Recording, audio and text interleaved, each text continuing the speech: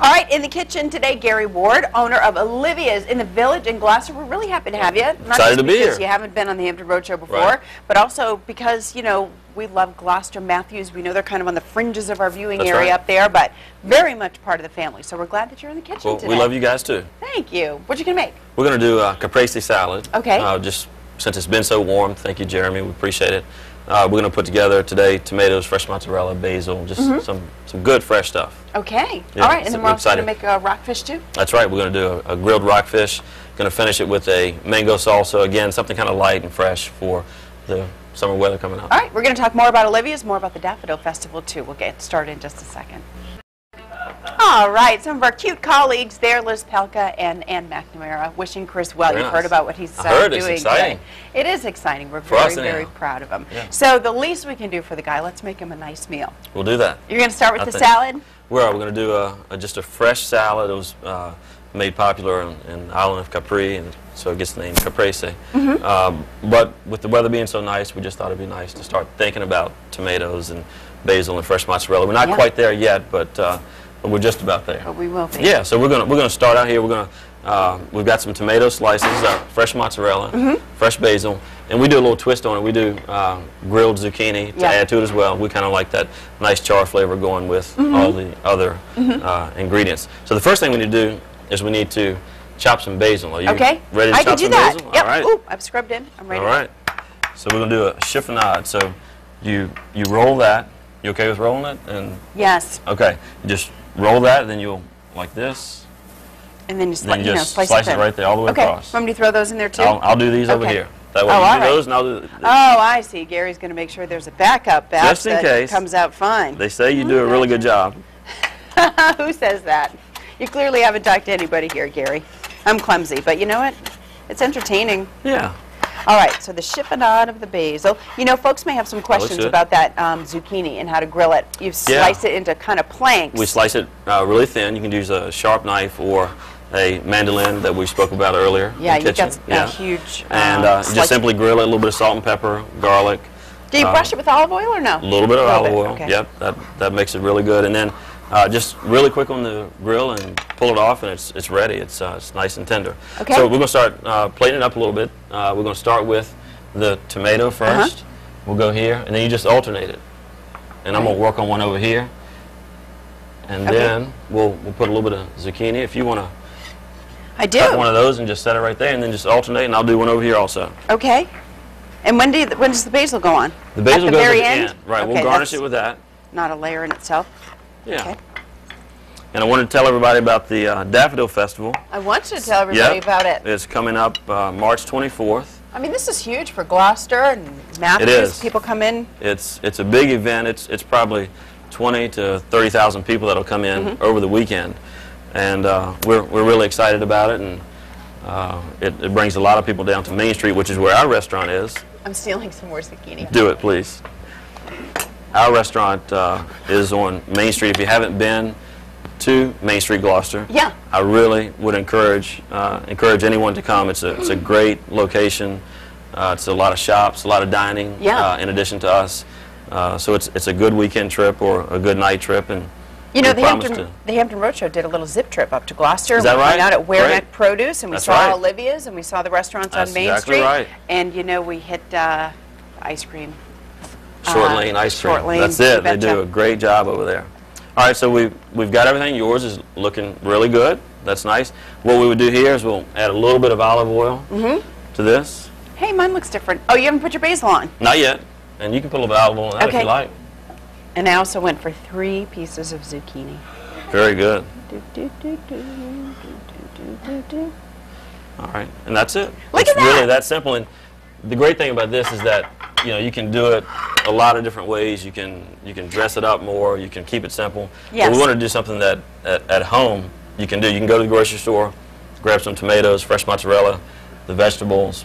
Yeah. You can knock it out in no time at all. It's a really good dish. So, but anyway, we were talking about the Daffodil Festival. I'm sorry. We've got Andre Viette, who I think has done some stuff with you guys before. He's gonna be there, and they're gonna have a history mobile that's gonna be in town also. It's and a lot of appropriate fun. for Gloucester. I mean, a lot of history up there. A lot of history. Okay, we have to take a break right here, but when we come back, we'll work on the rockfish. We're going to do rockfish with mango salsa and some julienne vegetables. All right, sounds good. All right. All right, we're back in the kitchen now with Gary Ward from Olivia's in the Village in Gloucester. First segment, we made that caprese salad. Came out very good, and now we're moving on to our rockfish. That's right. And by the way, yours was excellent. So thank you. Thanks for helping out. I appreciate it. No and problem. Chris, great job on what you're doing. That's really nice. Enjoy me, man. Enjoy me. I'm about there already, so I'm getting there. Thank you very much. Now we're going to do, we've got some rockfish finishing up in the oven now. Okay. We're going to show how we put together a mango salsa. This is a salsa that we use at the restaurant. Did you just sear the rockfish quick? It's actually grilled it, but you can sear it. Okay. You can blacken it also. We do that. It's really good if it's blackened.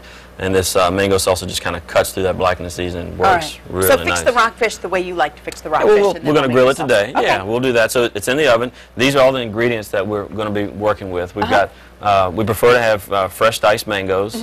This mixture here is chili sauce, lemon juice, lime juice, olive oil, red peppers, diced tomatoes, diced onions, and cilantro, which is really important. Yeah. Over here we have some green onions. So basically we've chopped all this during the show, and now we're going to put it together and assemble it on the plate, and we're going to cook some vegetables. Okay.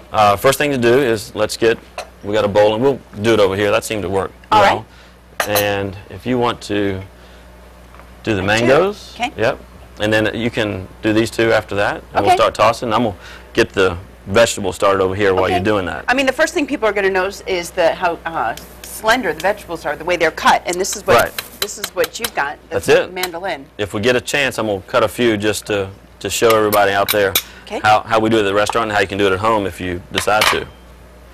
While you're doing that, Carrie, I'm starting the pan with some extra virgin olive oil. Okay. Am I just going to put everything in? I know the onion needs to be chopped. I can do that. This all goes in. Okay. Now tell me more about Olivia's. I've seen the outside. I've not seen the inside. We've been open for 8 years now. We are a family-style restaurant. We've tried to take fine dining principles and kind of marry it with casual dining, and we've come up with what we think is an exciting menu. It's a really big menu. We offer a lot of fresh seafood, steaks, pasta. We do prime rib on the weekends, and of course this weekend we're going to be doing corned beef and cabbage. Of course. We have to do that. St. Patrick's Day falling on Saturday. That's exactly right. So that's looking good. So you'll chop up the onions. I will. And I'm going to add some jalapenos while we're see while I was over at the sink. There you go. My back was turned. That's right. With the jalapenos. A little spice. All right. That's good. All right, we're going to check on the rockfish while you're doing that. So you mentioned, family dining, but really great fine dining family atmosphere. So how do people respond? What's your clientele like? Is it folks passing through town, or you have regulars? It's a little bit of everything. We have a really loyal local crowd. We do breakfast, lunch, and dinner every day.